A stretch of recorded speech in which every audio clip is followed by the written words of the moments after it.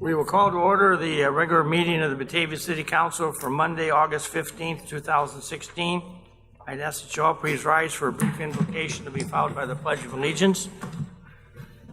Tonight, as the City Council meets in a regular session, we are especially appreciative of the presence and efforts of the Batavia VFW and its auxiliary for all the community actions that they take throughout the year to show us what the true meaning of patriotism and support of American ideals are all about.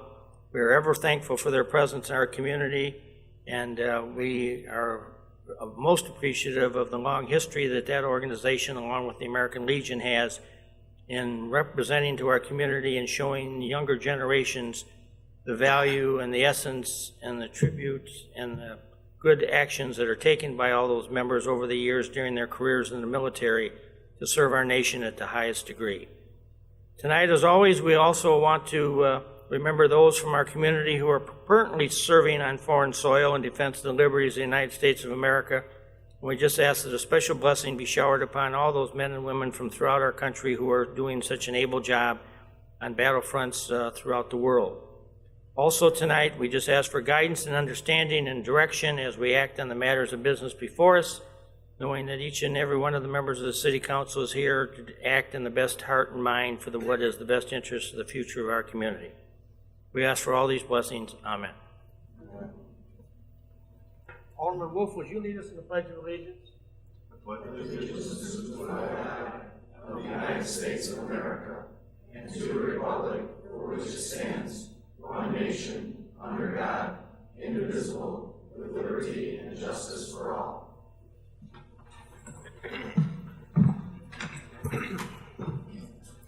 Ask the City Clerk to please call the roll. Brown? Here.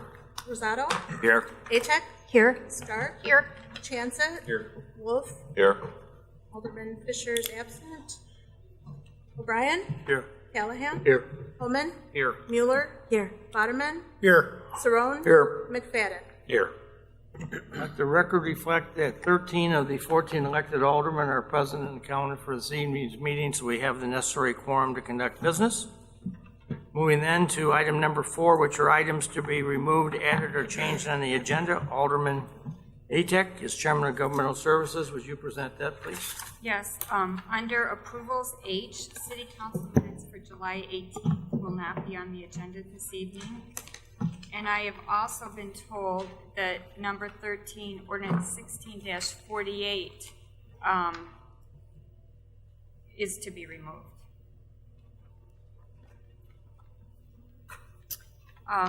So I will move that we accept the consent agenda as amended. Second. Moved by Alderman Atek, second by Alderman McFadden.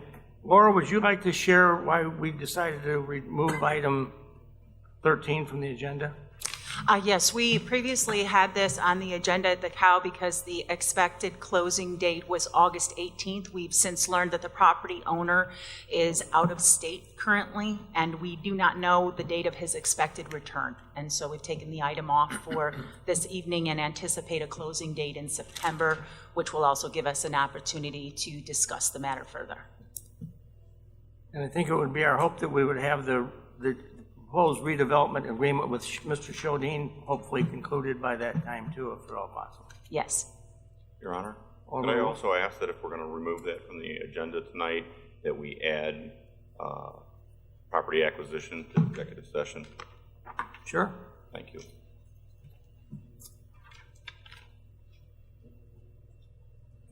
Okay, any other comments on the agenda action? Clerk, call the roll then on the agenda as amended. Achek? Aye. Stark? Aye. Chansett? Aye. Wolf? Aye. O'Brien? Aye. Callahan? Aye. Holman? Aye. Mueller? Aye. Boderman? Aye. Cerrone? Aye. McFadden? Aye. Brown? Rosato? Aye. Motion's approved, 13 yes, no no's, 1 absent. Moving then to item number 5, which is presentation of the consent agenda. Alderman Atek, as Chairman of Governmental Services, would you present that, please? The consent agenda reads as follows. Accept and place on file historic preservation minutes for July 11th and July 25th, 2016. June financials, July 2016 building report, Committee of the Whole minutes for July 12th, 19th, and 26th of 2016. Plan Commission Zoning Board of Appeals minutes for June 15th, 2016. Approvals, August 12th, 2016 payroll in the amount of $965,156.13. Accounts payable check register in the amount of $773,171.08. City Council minutes for August 1st, 2016. Resolution 16-58-R, authorization to purchase network switches from Presidio Network Solutions in the amount not to exceed $34,000. Ordinance 16-47, surplus property authorizing sale thereof. Resolution 16-70-R, amending intergovernmental agreement with North Aurora Hart Road. Ordinance 1649, annexation of unoccupied territory along the Hart Road boundary line. And Ordinance 16-50, excluding of unoccupied territory along Hart Road boundary line. I move that we accept the consent agenda as read. Second. Moved by Alderman Atek, second by Alderman McFadden for the approval of the consent agenda is read. Any discussion? Clerk, call the roll, please. Atek? Aye. Stark? Aye. Jansen?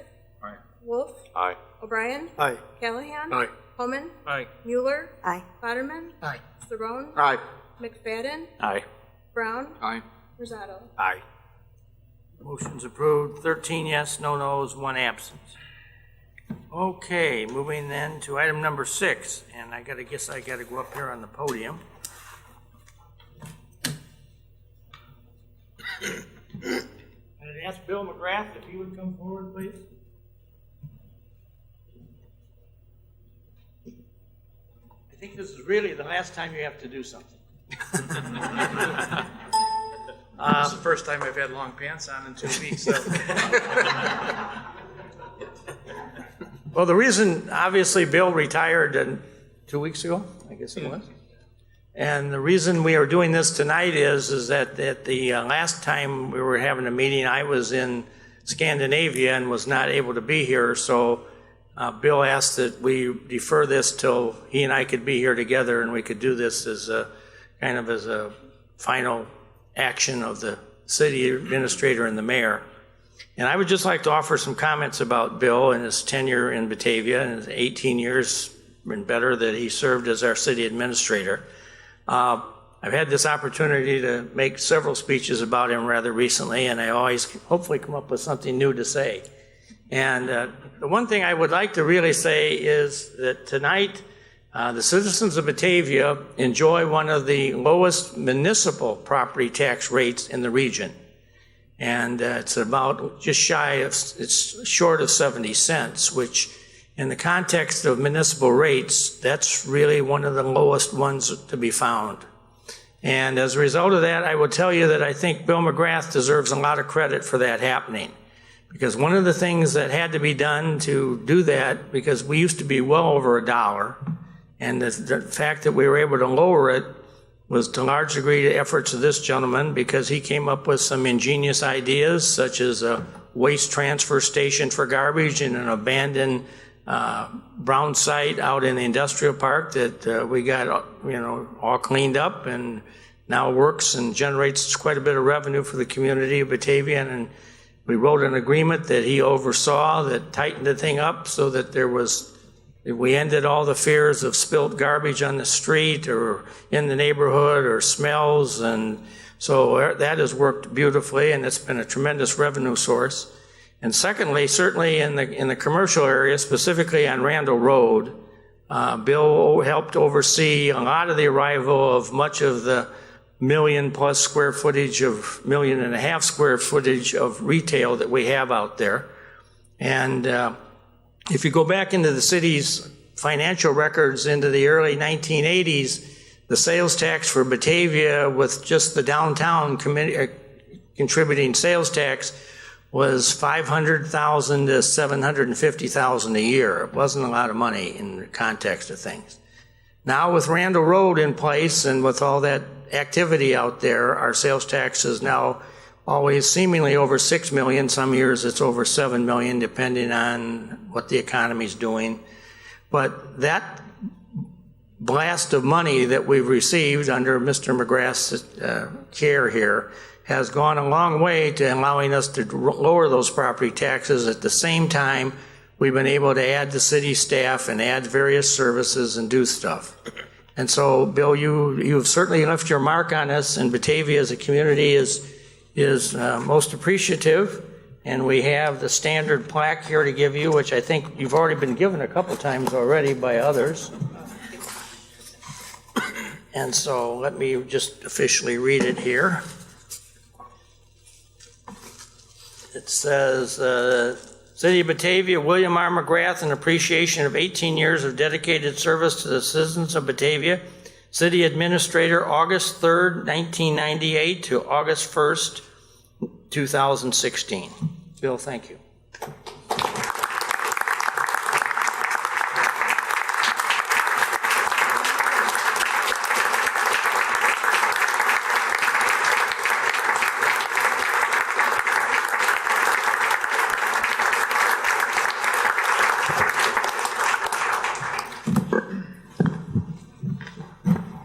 I thought of making some prepared remarks, but why start now?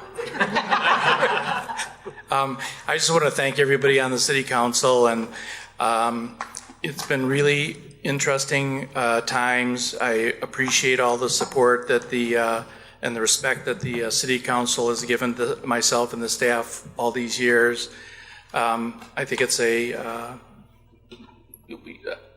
is like the crucible of democracy at its finest level, because you're so close to the people who you govern, and that has its good points and its bad points, and that's how democracy is. But I can strongly, just say to my fellow citizens that they should be proud of everybody who's been elected here, because I think everybody is honest and forthright, trying to do the best thing. And these are very complex matters that you have to deal with. And I think the staff and myself has been very lucky to work for people like that. I have professional colleagues in other cities where it is absolutely a nightmare. And not that things haven't been difficult here, but it's difficult on a higher plane of disagreeing about how we think about different things, not bringing it down to a personal level like it actually gets down to. And that's because, you people aren't in this as a personal thing. So I appreciate that.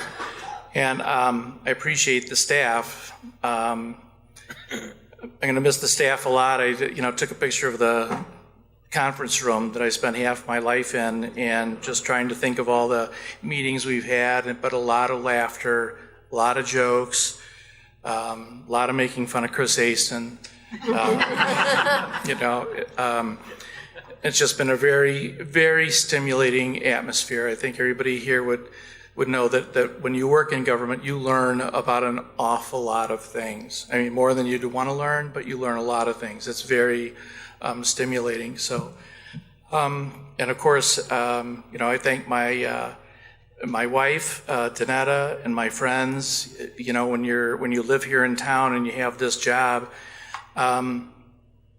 it can be kind of a strange kind of thing, but I can tell you that all my friends and neighbors have a really high regard for you all and how this government runs, and that it knows that it runs on a totally ethical basis.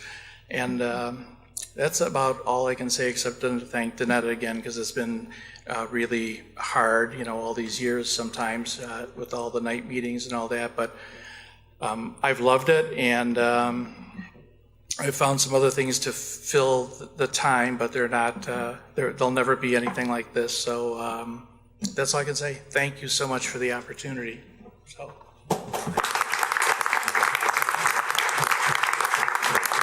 Your Honor.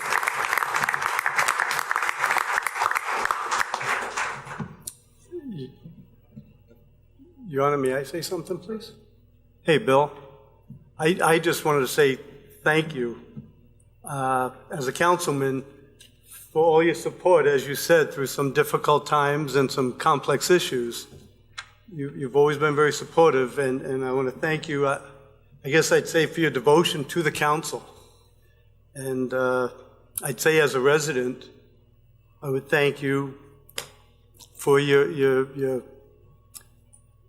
exemplary integrity. I think you're a man of high character and a man of high integrity, and your fidelity to all the residents and the city of Batavia. And so I would just say thank you for all that. Thank you. Before we officially get into item number 7, which is the Loyalty Day Parade Award winners, I just want to make some opening remarks. As I mentioned in the opening invocation, I think Batavia as a community is truly blessed to have in our midst a organization such as the Batavia VFW Post 1197. It performs some almost magical chores on occasion because I was asked to come to the Batavia, or we're told middle school, I guess we now call it, last spring to talk to the kids. And when I got there, the group I was appearing before, one of the teachers said to me, you know, I'm not from this town, but I got to tell you, I really admire the fact that there's not a kid that comes into this middle school that doesn't know what that War Memorial plaque up at Batavia Avenue and Wilson Street is all about. That they all recognize that there's 46 names up there on that plaque, and they are the names of people who died in World War I, World War II, Korea, and Vietnam. And that everybody kind of recognizes that area as a very special point and place in our community, and certainly in our hearts and minds.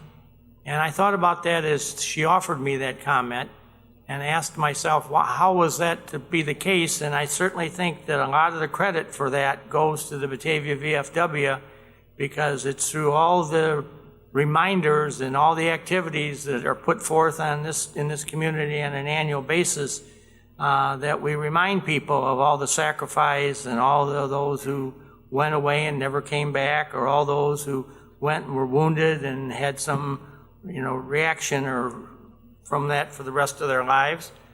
We are most fortunate because in talking to other mayors in the region, I'm finding that not every town has been successful in retaining their VFWs or American Legion posts. And in the case of Batavia, we still have both of them here. They're now united at the one location. They're both, I guess, functioning separately, but they're both down there. But I think it sends a very positive message for people to come into this town or be born into this town and grow up here and gain this immediate understanding about what service to our country and what patriotism and the whole American story of defending our liberties is all about. And of all the lessons we can teach to the younger generation, that probably is one of the very most valuable ones that we can do. And so I just wanted to take a moment and pay a word of tribute to the VFW for all they do, not only on the Loyalty Day Parade, but throughout the year with, Veterans Day and Memorial Day and standing by at services and memorial services and funerals. There's a lot of different services they do, and the reminders and the tributes that they pay are something very special in the life of this town. So all those of you who are involved, I certainly offer the thanks to the community for being there for us and never letting us forget the importance of the American story and the American spirit and the true value of American patriotism. So with that said, I would like to officially recognize Josh Pfeiffer, who is the new commander of Batavia VFW Post, and I am told he is a wounded war veteran of the Afghanistan War and is going to do the presentation tonight on the award winners for the Batavia Loyalty Day Parades. Josh?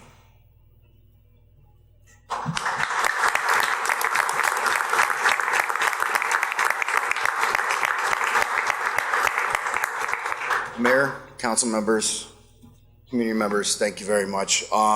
It's truly an honor and a blessing and a privilege to be the commander of the Batavia VFW.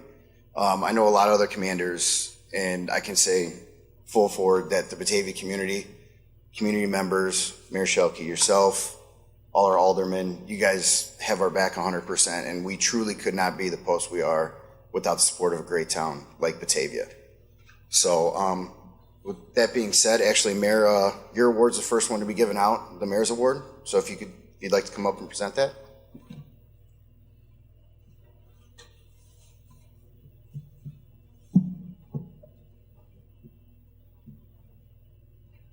So every year, the VFW is kind enough to ask the mayor to pick some entry in the parade as my favorite or the one that I liked.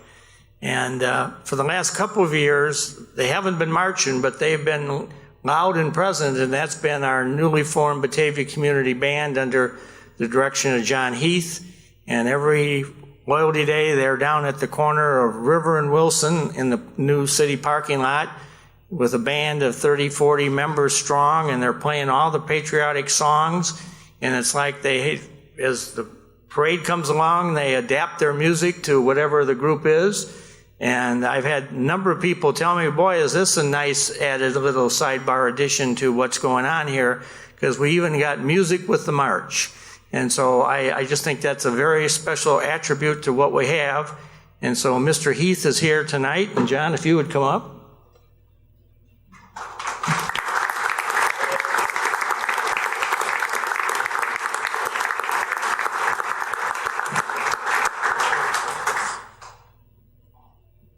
First, I really appreciate this, and I would love to accept it on behalf of members of the band, some of who are here this evening. If you guys can stand up.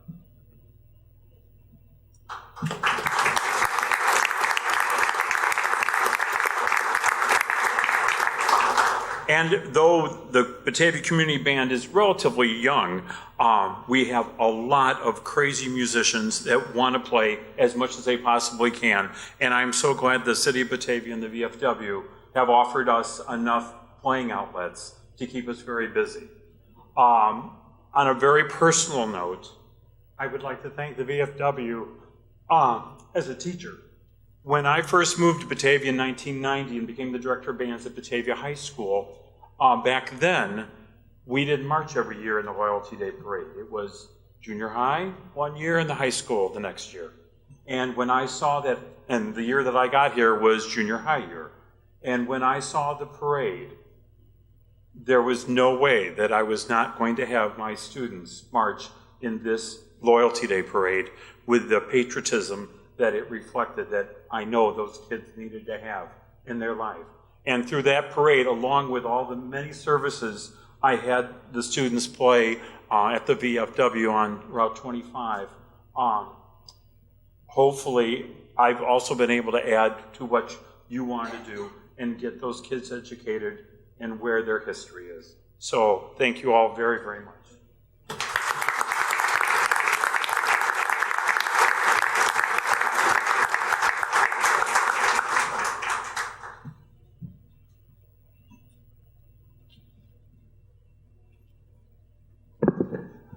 Okay, we have 5 categories that we judge in. We have judges that sit on the reviewing stand every year, and they have clipboards and they score, and we tally up the scores at the end of the parade, and then we come up with first, second, and third in each of the categories of youth, bands, military, commercial, and adult.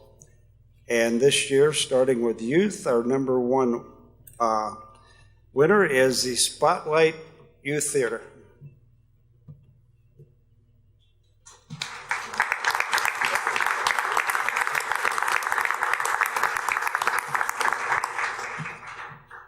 Number 2 in the youth category is Batavia Park District Spirit Cheer Team.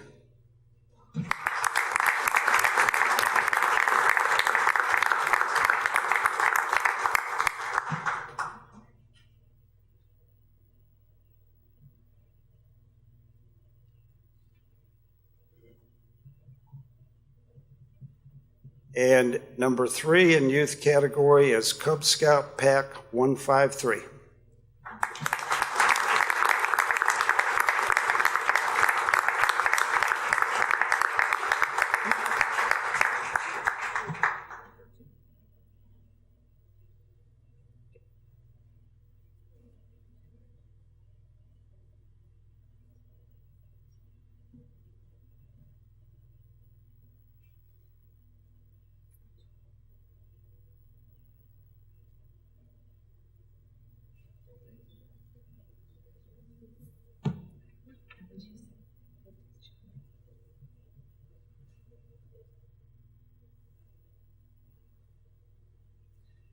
In the bands category, first place, Batavia High School Marching Band.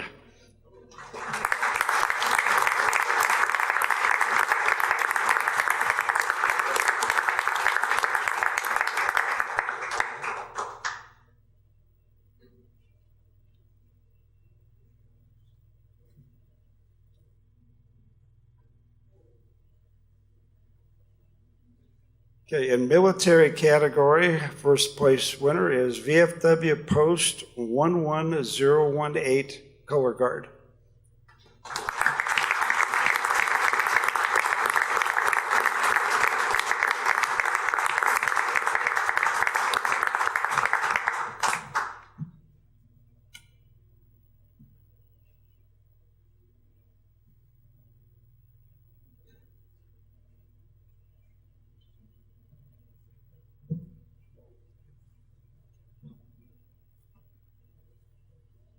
Second place military is Mooseheart Junior ROTC, and I don't know whether they'd be here. They had some program they were running late tonight. Anybody here? Okay. Military third place, United States Marine Corps, and the local recruiting people.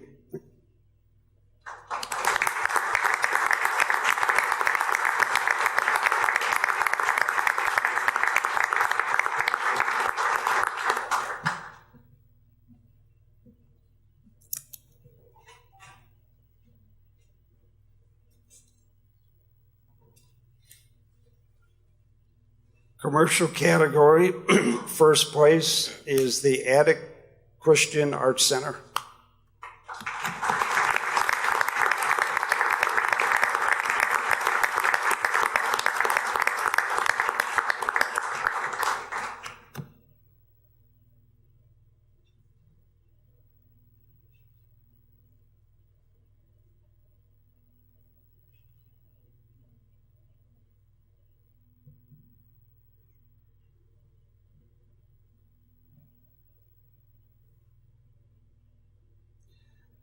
Commercial second place, tie for first place, Hicks Brothers Marching Guitar Band.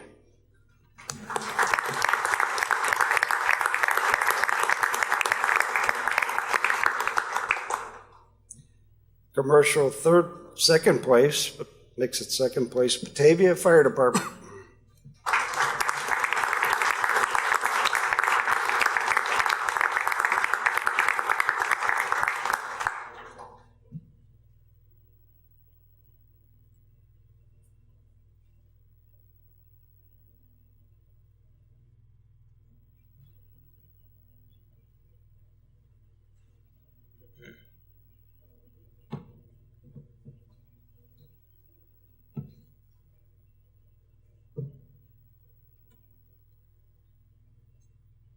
In the adult category, first place winner is Fox Valley Aero Club, and I believe after they receive their award, they might want to say a few words.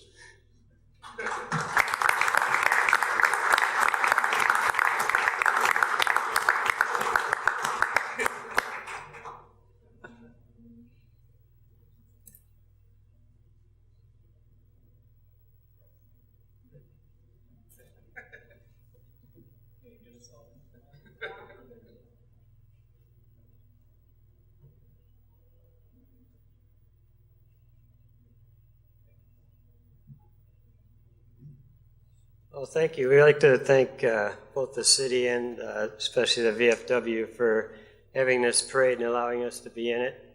We're a club based out of St. Charles at a flying field there, and open for anybody to stop by and watch us fly these things. They're a lot of fun.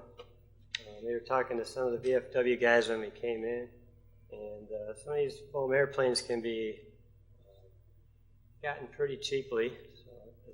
It's a hobby you can get into fairly inexpensively, and we do a lot of warbirds there, a lot of regular planes, just about everything. So if you have any questions, you can ask any of these guys. This plane here is actually a ducted fan F-86 jet, which flew quite a bit in Korea, and since then too, they're still flying them up at Oshkosh. John there's got a Corsair. 1945. That's World War II. And then Sal's got a Spitfire, which is an English plane, and same era. Thanks a lot.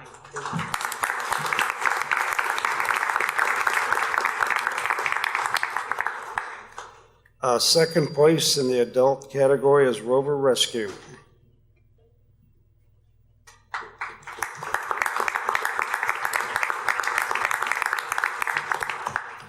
And an adult third place winner is Batavia Lions Club.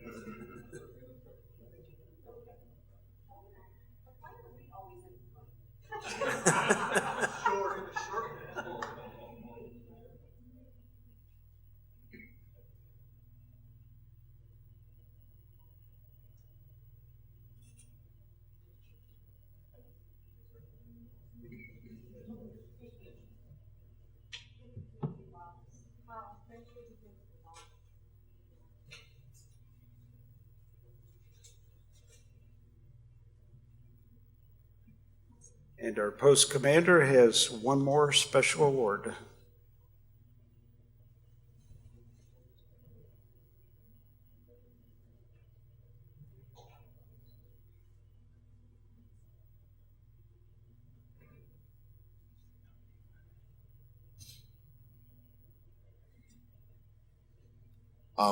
Mayor, this year we thought we'd do something special. You brought something to my light with 100 years of Flag Day, which I was honored, and thank you for having the VFW actually be a part of that. It's very humbling and moving, and it's a great thing to see a community like yourself, all the aldermen, City of Batavia, stand behind something so important as our American flag. And it was very moving, and on behalf of that, we'd like to present you with an award for not only the years and years of support, the 41 years of Loyalty Day, as well as 100 years of Flag Day. So if you could please come up, could I please have the police chief and also the fire chief, because you guys are also an integral part of our Loyalty Day every year as well.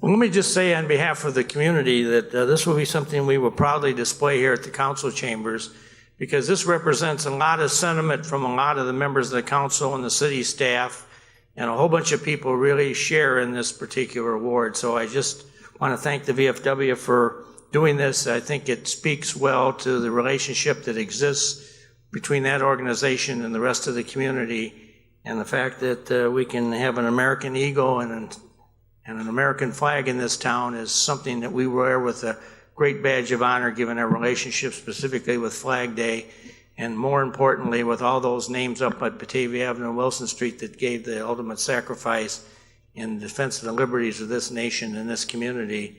We really have a lot to be thankful for in Batavia. Thank you.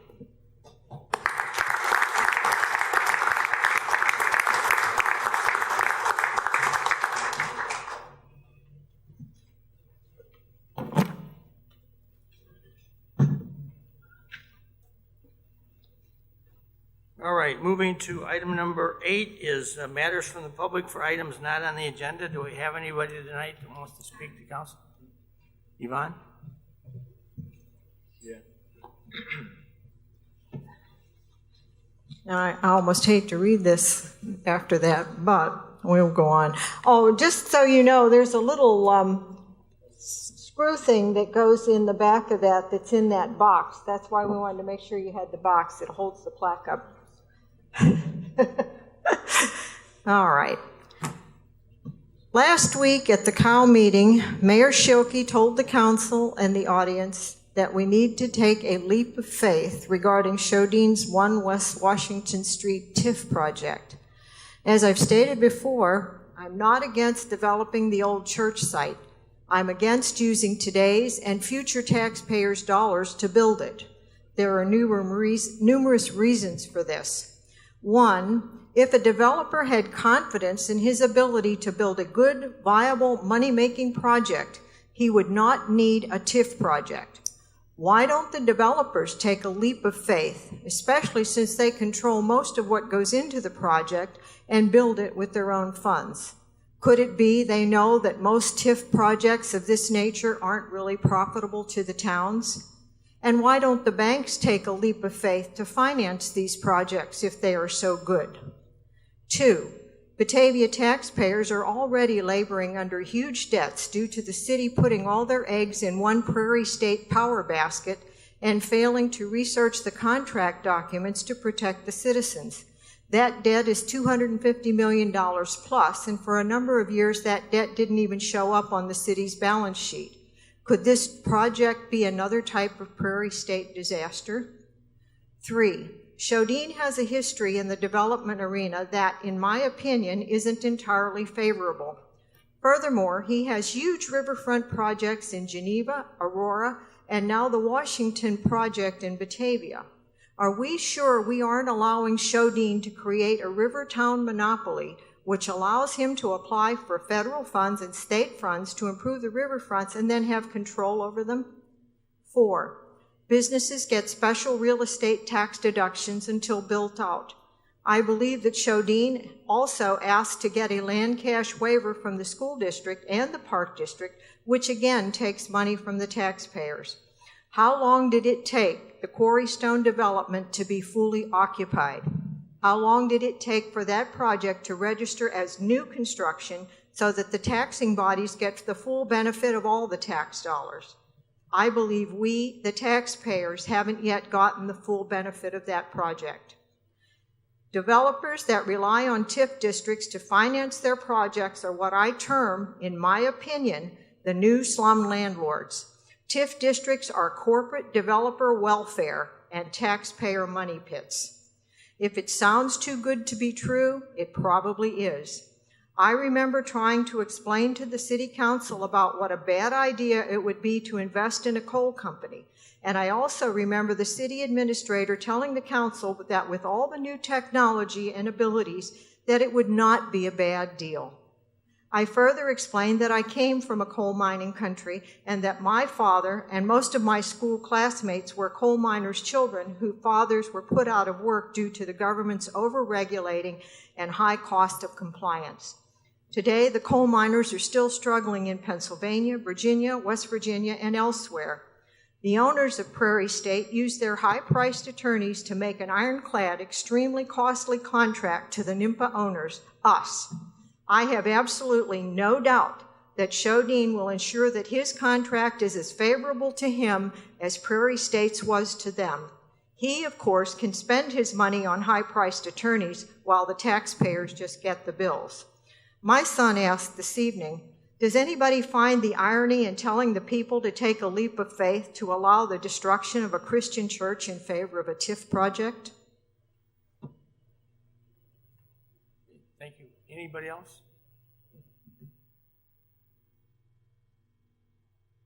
Sylvia Keppel, 1420 Becker Avenue. I'm glad you put off the sale of the property for tonight. That's why I was hoping that, I see that it was because the gentleman wasn't here.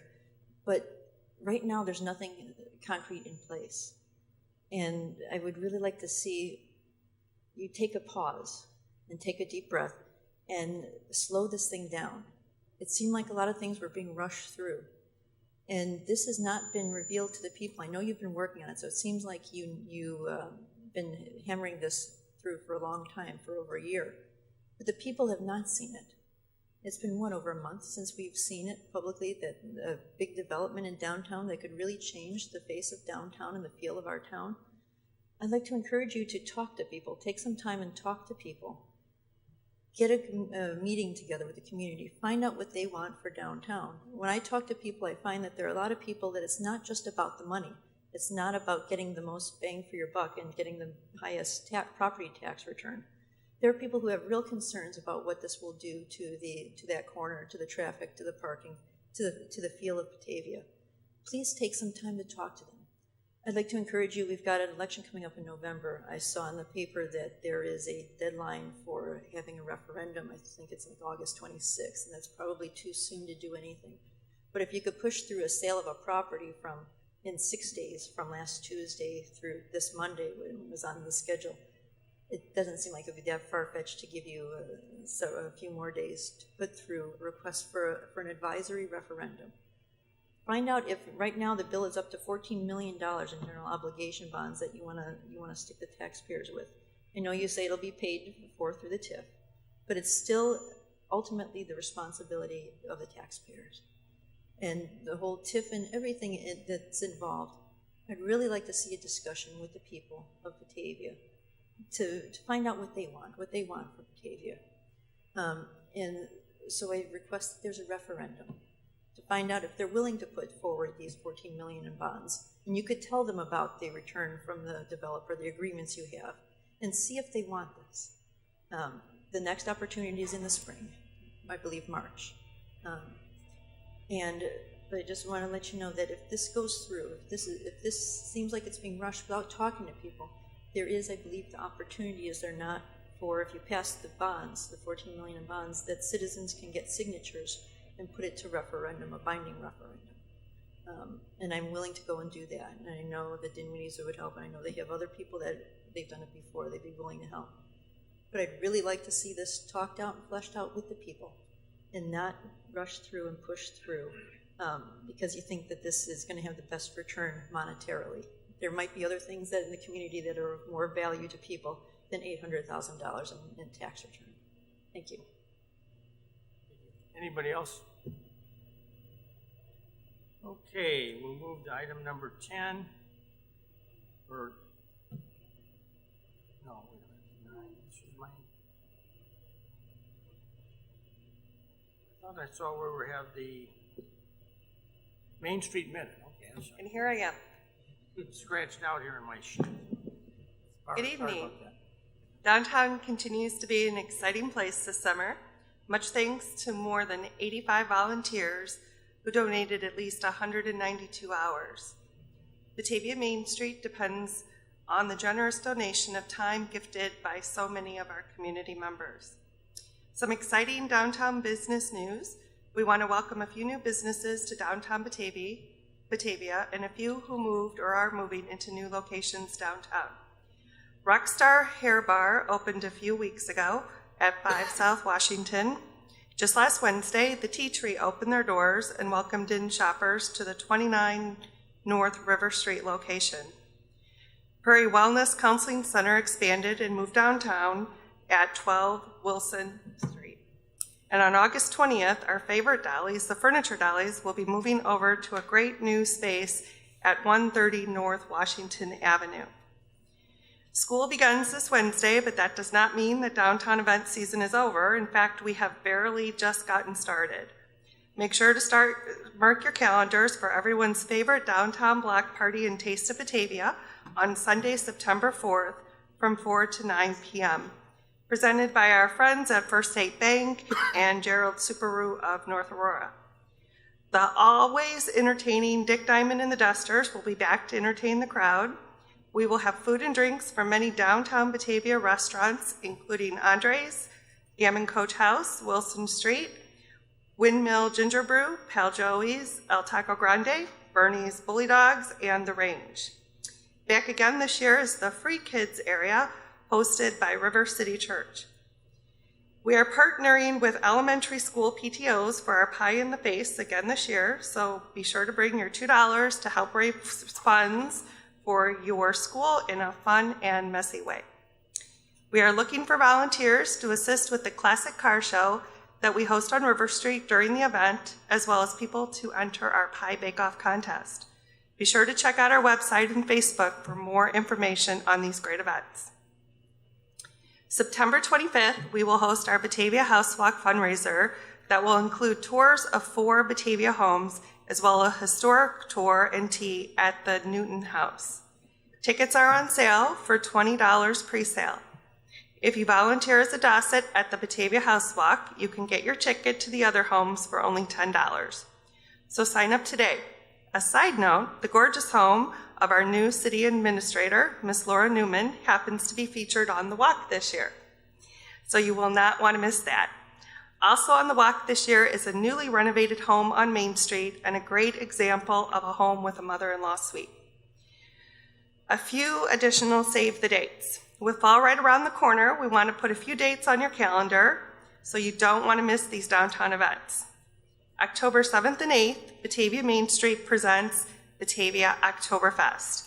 We are excited about this event as it is our opportunity to showcase our fabulous community across our entire region. October 22nd, downtown will be filled with trick-or-treaters as we host our annual Bat Fest. We are so lucky to have such a talented community. If you're interested in getting involved, we would love to have some new volunteers around our Main Street table. Contact us at 630-761-3528 or downtownbatavia.com. Thank you all again for your continued support.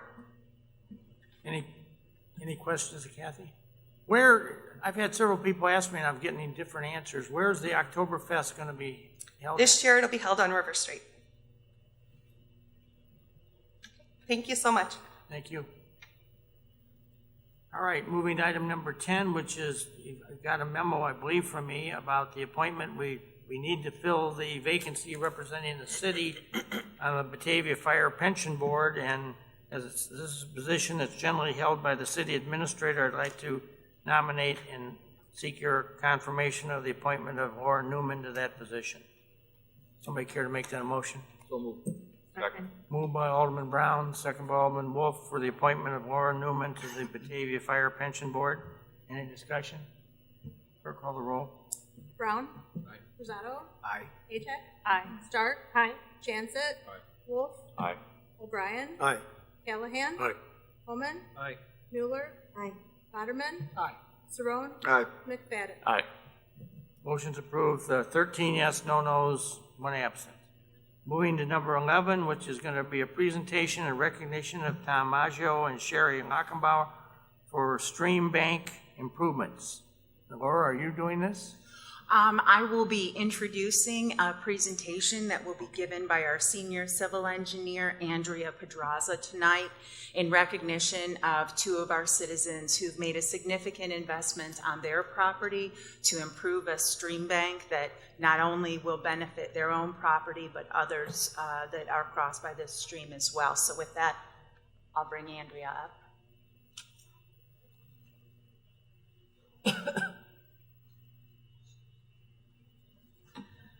Good evening. As Laura mentioned, Tom and Sherry Lauterbach, they live over on Mahoney Creek. Their address is 701 Marshall Court at the corner of South Forest and Marshall. And they've lived there a long time. And over the course of years, the stream has deteriorated. They live at a 90-degree bend where Mahoney Creek curves going north and south to east and west. And as a cause of that, they cannot get any land back once it disappears from the Army Corps. Their rule is once the land is gone, you cannot place fill back in that. Their land is located in floodplain, and you have to then compensate for the land that you're going to fill. So the only way to maintain the land you had is to stabilize it, and that is what Tom and Sherry decided to do. So I have put together a presentation kind of showing the steps that they took and the efforts that they made with their own funds, as well as working with the city and some other engineers. So this started back last year, and I have some pictures. It's kind of hard to see a little bit of it's vegetated. But as I said, they live where the creek turns. And so the first picture on the top left is looking upstream at the turning point. You can see there's a lot of dirt shown there.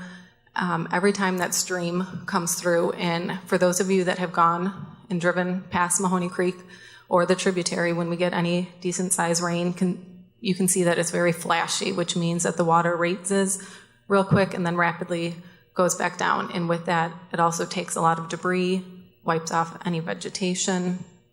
And right here you can see there's tree roots that are shown.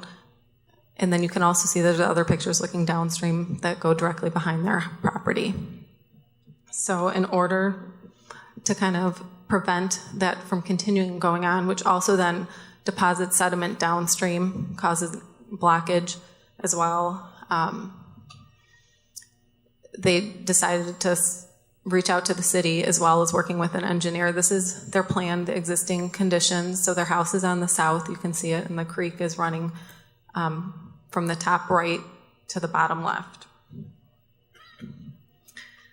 So as I said, they solicited and selected an engineer to work with them to design the project and get the necessary permits. The Army Corps of Engineers has jurisdiction over this waterway, so it wasn't as simple as just working with the city of Batavia. In addition, they also had to work with Kane DuPage Soil and Water Conservation District to obtain a permit, which are also the Army Corps' eyes and ears out here in Kane County. As with any project, whether it's your home construction, doing a city project, there's expenses incurred through this. And they worked to figure out what was their budget for the project and what they could do to stabilize it. So with that in mind, they prepared the plans, met with the city, submitted to the different permitting agencies, got approval, and then they started construction. And some of the methods that were used were the top left picture is a gabion basket. There are some located along Mahoney Creek upstream. It just helps stabilize the slopes and the sheer walls that pretty much are right there. As you can see, the guy's standing straight up, and it's probably 2 to 3 feet tall. So that helps push the water off, because when water is coming at it at 90 degrees with the velocity, it typically just wants to take that soil away and move it down. The stones help dissipate that flow and the energy and then have it go around the curve. So the residents went and picked out some of the stones that they liked, the outcroppings, located those, removed a little bit of that earth to get the nice side slope there. And then the top right picture, you can see a little bit of the stone basket, but that is where the stone basket is laid in there. And then they also put some other stones down the creek, and the last part was installing some native plants. This shows the proposed plan that were approved by the Army Corps, and it's a little hard to see, but the top right where the big arrow is going through, there's a cross section, and there's some stone boulders up there, and then again directly behind their house, which is where those different angles of water were hitting and constantly taking away the land. And then this is the final product in the fall when they completed the work. You can see that it's nicely vegetated with some of those native plants. It has a nice smooth transition as it rounds the bend. And then it was also a nice calm, crisp day too. And here's directly behind their house as well with the plants and some stones. And then this is just recently this past year with a little bit of growth in there. I just wanted to take the time out because for those of you, you know, when you look around, you see Batavia has many miles of creeks that run through people's backyards. Batavia Creek, the Brayburn, Marsh, and McKee Street tributary. We have Mahoney Creek, Mill Creek. It's miles upon miles of vegetated waterways. They're part of our storm conveyance, and throughout the city, the way the land was plotted, most of these fall on private property owners where the city doesn't have the ability to either get back on private property to fund all of these improvements, and it's vital for the streams to be maintained in this fashion, and they went above and beyond going ahead and doing this. The total amount that Ms. Lauterbach and Mr. Maggio spent was about $50,000 just for that small portion. And we wanted to recognize them for their efforts because it's not every day that someone's doing something to benefit both themselves and the community for something like this.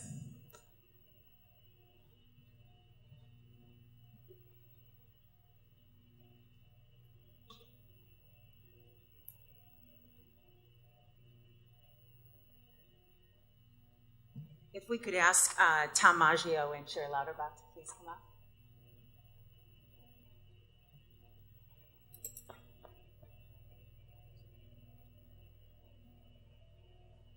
Well, on behalf of the city of Batavia, I'd like to present you a mayoral certificate of appreciation, which is awarded to you in recognition of your efforts to enhance, improve, and stabilize the stream bank along your property at Mahoney Creek at 701 Marshall Court.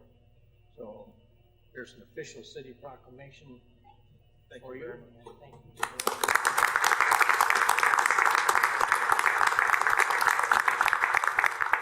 We really wanted to thank the city for helping us to navigate the murky waters involved in dealing with every federal, county, state, and local agency that had an interest in this little tiny project behind our house.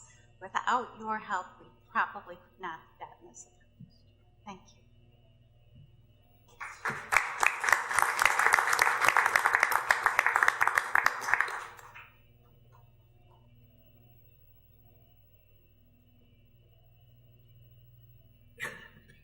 All right, moving to item number 12, which is another very, very proud piece of news in this community. I'm going to recognize Alderman Callahan for this presentation. Marty?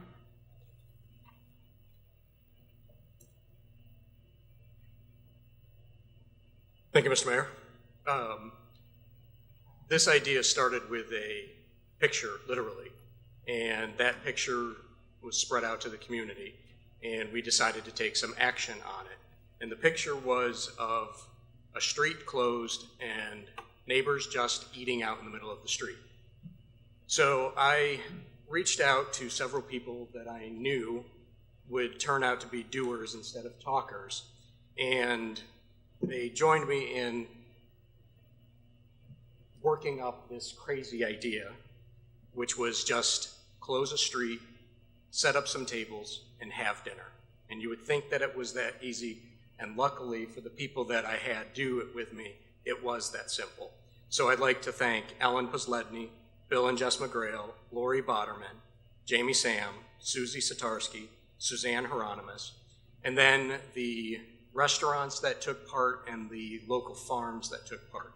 Mighty Greens, Windy Acres, Rustic Road Farm, Hazard Free Farm, Need Crumb and Crust, River's Edge, Pal Joey's, and Chick-fil-A. I'd also like to thank city staff for their assistance with this, and ESDA, and a big shout out to the Parks Department who donated all of the tables for the dinner. Jamie Sam summed this up the best while we were all done and kind of rethinking about it. While the goal was to have a community dinner, it was not a fundraiser, but we didn't want to just spend the money willy-nilly. So to paraphrase, we had a dinner so that at the end of it, we could feed neighbors. And as a result, I would like to present the remaining balance that we had after this in the amount of $1,515.13 to the Batavia Food Pantry.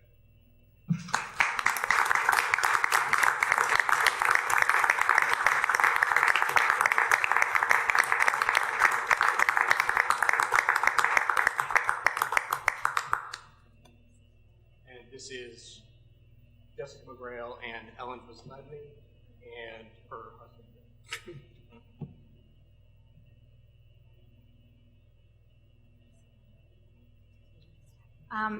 I am just so thankful. I came from the food pantry this afternoon or to the evening, and this check for $1,500 is incredible. It will cover all the costs for providing food for the families that came tonight. It will cover all the costs for tomorrow night and the next night. $1,500 buys $12,000 of food, worth of food from the Northern Illinois Food Bank. And it covers about 10% of our costs in a month. So this is so impactful and so important. And it takes the wonderful event that you had and makes it reach out to the whole community. And on behalf of those 600 families that we serve, just thank you very, very much. Thank you.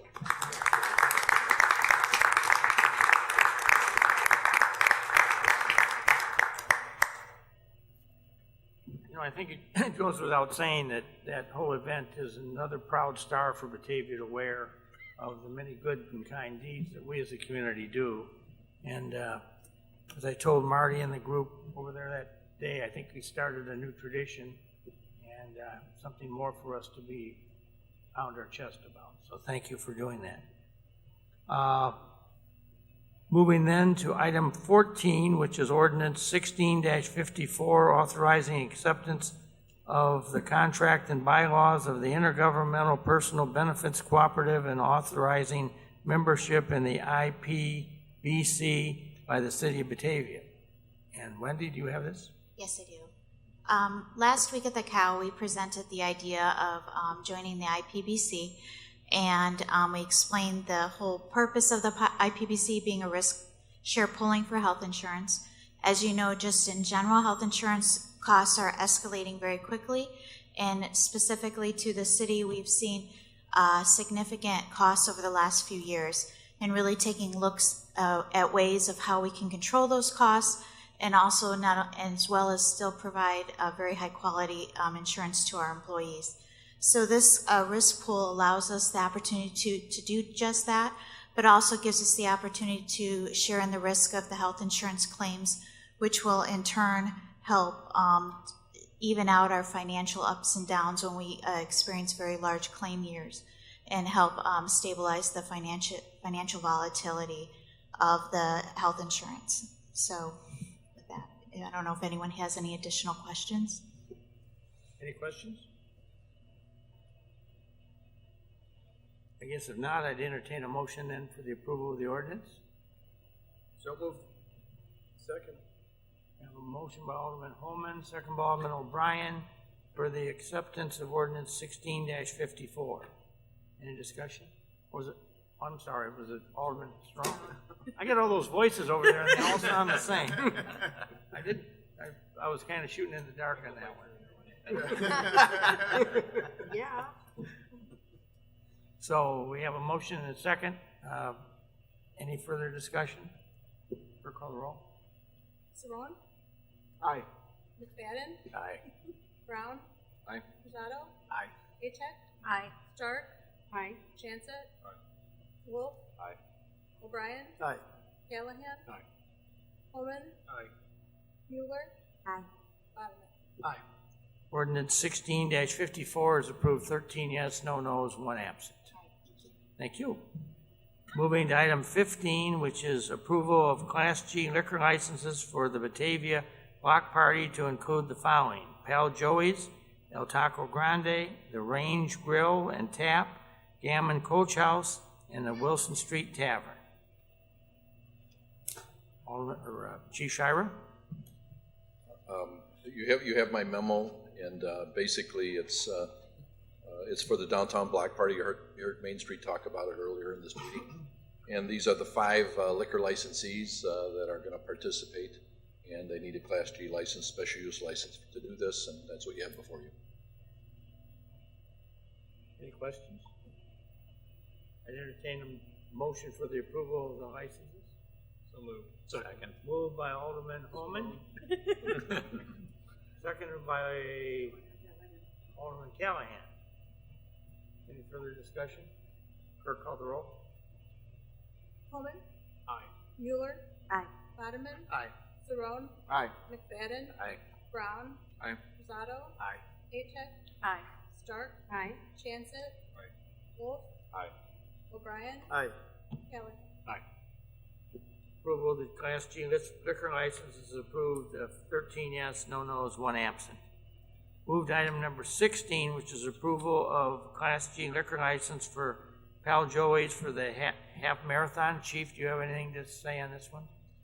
Again, the Verizon Half Madness Half Marathon is going to take place Sunday, August 28th, and Pal Joey's is asking for a Class G one-day outdoor liquor license to accommodate the after-race party, if you will. Any questions on that? Not, I'd entertain a motion for the approval of that Class G. So moved. Moved by Cerrone, seconded by Boderman. This is the liquor side of the room.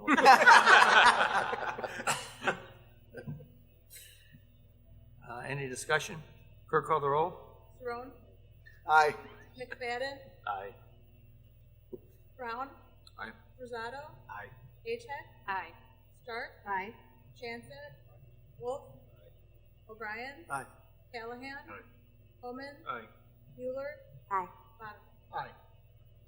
Motion's approved, 13 yes, no nos, 1 absent. Moving to 17, approval of Class F liquor license for Water Street Studios for the House Walk After Party on September 25th, 2016.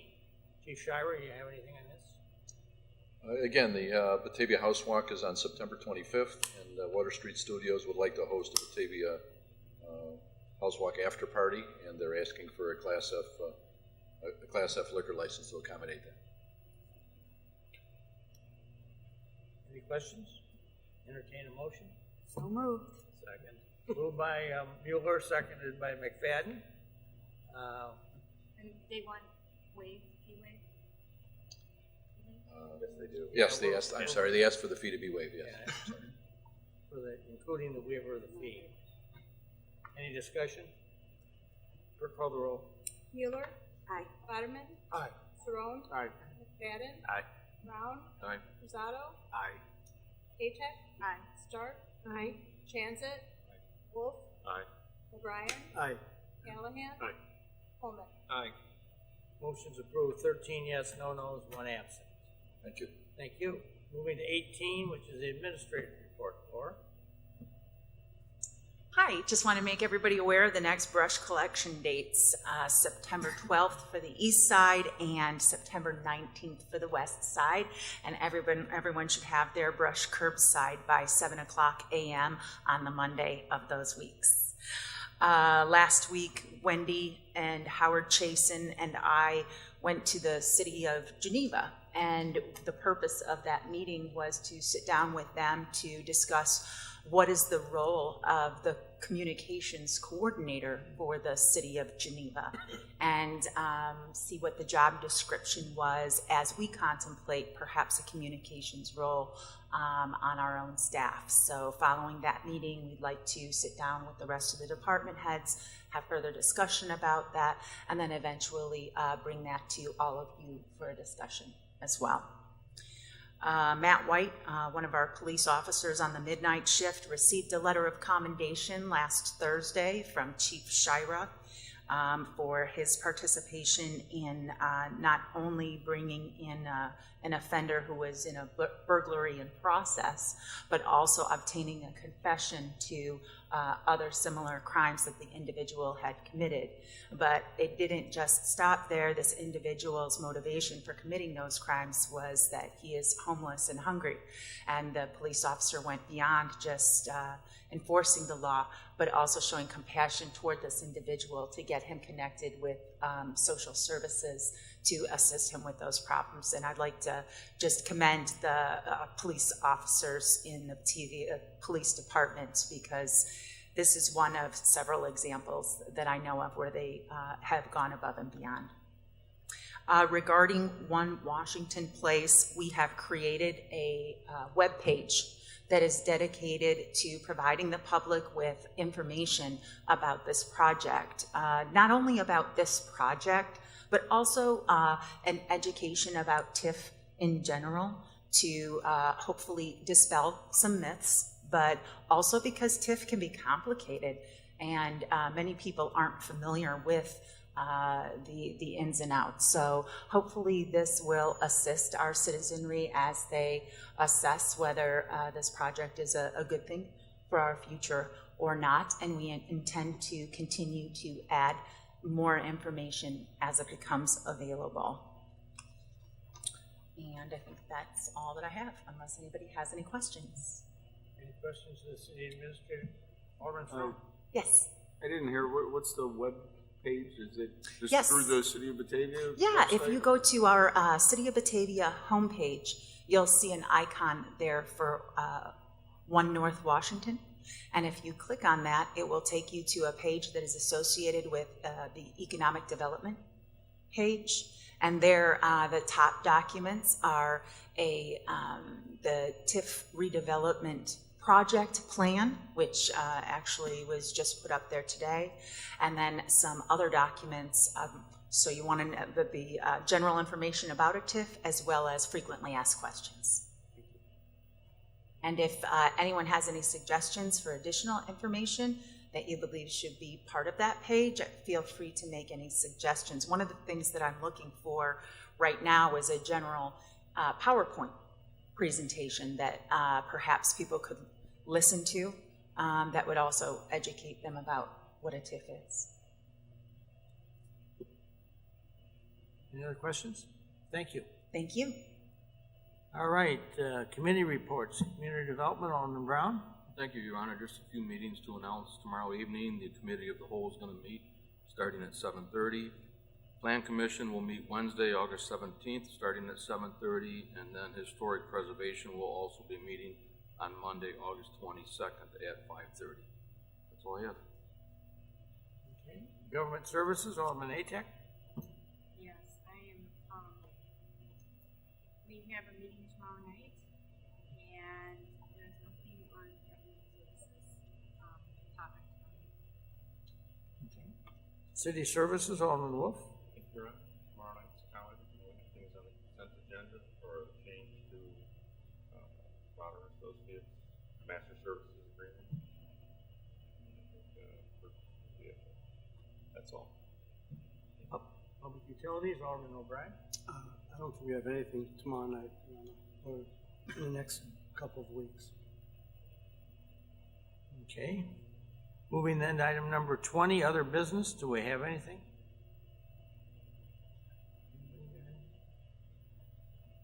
All right, moving to 21, the mayor's report. Very quickly, one thing I just wanted, I think you're all aware of it, but I want to alert you that on Sunday, September 18th, which is just a little bit more than a month from now, we're going to have a special birthday in town. The Batavia Fire Department is going to be 150 years of age on that day. And they're going to have their own birthday party in the form of an open house that's going to be over at the West Side Station. I don't remember the exact times on that. I think it's 1 to 3 or 5 or... I actually thought it was 11 to 2. 11 to 2? Okay. Yeah. All right. Well, we'll get it straight, but I just wanted to let everybody get that on your calendar if you wanted to. Chief Dykey and the group have been working very diligently to get some artifacts collected, and they're getting ready to have a display of things that are meaningful to the fire department and the story. And certainly, you know, with the facilities and equipment and, you know, the size of the staff that we now have, you know, we have a lot to be proud and pleased of, and certainly the record of the service to this community by the Batavia Fire Department and the assorted rescue services that have been given here throughout the years in the form of rescue and ambulance service has been one of the great community highlights, and something that we constantly get comments of complimentary nature about that service. So I just wanted, certainly the public is invited on the 18th, and we want to encourage as many of you as can possible. I know at some point during that 3-hour block of time, Chief Dykey is prepared to have just a brief program about the fire department and talk a little bit about things that, you know, they've done and things that we can be very proud and pleased with. So I just want to get that on everybody's calendar that's out there. We you know, I think have a lot of different, you know, challenges before us at the moment with all the different development ideas, and certainly we're getting ready to do a budget that is obviously going to be, you know, have a lot of people wanting to do stuff Laura and I have had a chance to talk briefly about it, and, you know, I think we recognize that the tightness of things that are occurring out there, and, you know, I think we're going to try to probably give a fairly tight budget this year as to how, what we want to talk about we should do in this community next year and for the 2017 budget. You know, the kind of some of the wild cards that are out there is the whole state of Illinois financial picture, which seems to get darker and darker by day.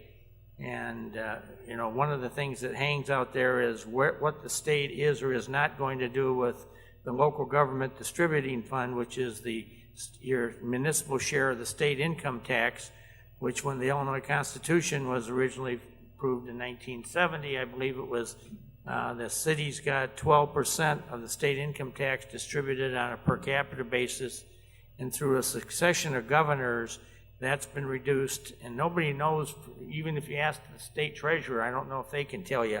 It seems to be someplace between 6 and 8% of what it is now, so it's been reduced already significantly, and, you know, one of the proposals that was kicked around was to turn it all back to the state and give the cities nothing. And, you know, we would take a hit on that, not as bad as some others around here, but that would be a real blow to the financial wherewithal of this city and every other one. But those are the kind of the lights in the forest that you have to watch out for, and landmines you don't want to step on. So we continue to monitor that one with great interest and a close watch on it to see where that one's going, because that could be a major adjustment in revenue for the city if that doesn't come out the way we hope it does. So with that little speech out of the way, I will entertain a motion for item 22, which is an executive session for two purposes. One, the purchase and sale of electrical power, and property acquisition. Somebody care to make that motion? So moved. Second. Motion by, who made the motion? Alderman Cerrone, second by Alderman McFadden. Clerk, call the roll. Cerrone. Aye. McFadden. Aye. Brown. Aye. Rosado. Aye. Achek. Aye. Stark. Aye. Chancet. Wolf. Aye. O'Brien. Aye. Callahan. Aye. Coleman. Aye. Mueller. Aye. Waterman. Okay, motion's approved, 13 yes, no no's, 1 absent. So we'll take a brief recess while the clerk changes the tape, and we thank the public for your attendance tonight.